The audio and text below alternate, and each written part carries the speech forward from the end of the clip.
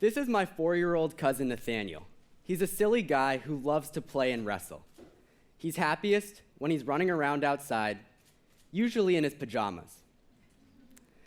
He hasn't learned about climate change yet. He doesn't know that the future of this amazing planet is uncertain. I'm hopeful that when Nathaniel is my age, which isn't that long from now, there will be a different story to tell about how we're caring for the Earth. All the news about extreme weather is scary, right? I'm scared. When I ask people about it, the reactions are usually somewhere between feeling depressed and even hoping that it's not really happening. But climate researchers at Yale University did a study recently, showing that people are much more likely to take action when they feel hopeful. When we're scared or overwhelmed, we are not motivated to action. Hope leads to action. My passion for action on climate change started with an Amur leopard when I was 6 years old. I fell in love with this cat, Usuri, who lived at the Franklin Park Zoo.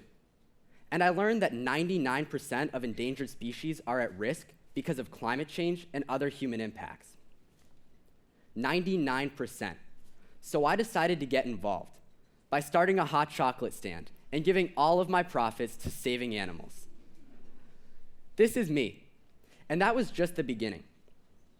What I've learned in 10 years of climate activism is that this is an exciting time to be alive, and that we have to be hopeful about the future. So now, as a 16-year-old, with my whole life in front of me, here are 4 reasons why I'm hopeful. First, I'm hopeful because change happens when we're connected. When I was in Paris as a youth representative at COP21, the United Nations NGO Climate Conference, I met people from all over the world.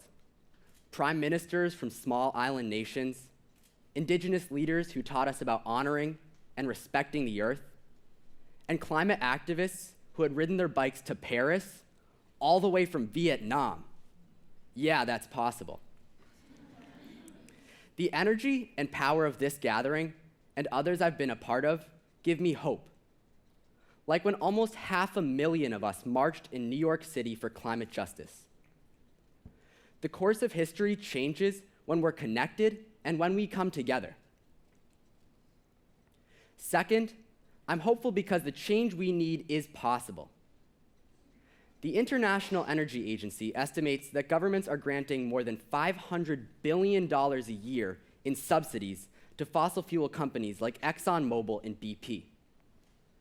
That means your tax money is paying for pollution. Can you imagine putting that money to work to stop climate change instead? Listen to what can happen. China just installed this floating solar array the size of 160 football fields at a price of only $45 million. You could build more than 11,000 solar arrays that size for the same $500 billion every year. Think about that. With enough sunlight hitting the Earth every 15 minutes to meet global energy demand for a year, the solution is right up in the sky. There's a green revolution happening around the world. Costa Rica got 99% of its energy from renewables last year. Denmark will soon be getting half its energy from wind. Guess who doesn't want you to know about this green revolution? The fossil fuel industry. For them, it's all about profit. They only make money if we keep burning coal, oil, and gas instead of using clean energy like solar and wind. The truth is, we have the money and the technology to solve this problem and solve it now. Third, I'm hopeful because we are powerful. We can all take action, and I've found that when we act, we feel hopeful. I work on this issue all the time. I started an organization, and I've trained more than 2,000 young people on how to make a difference in their communities.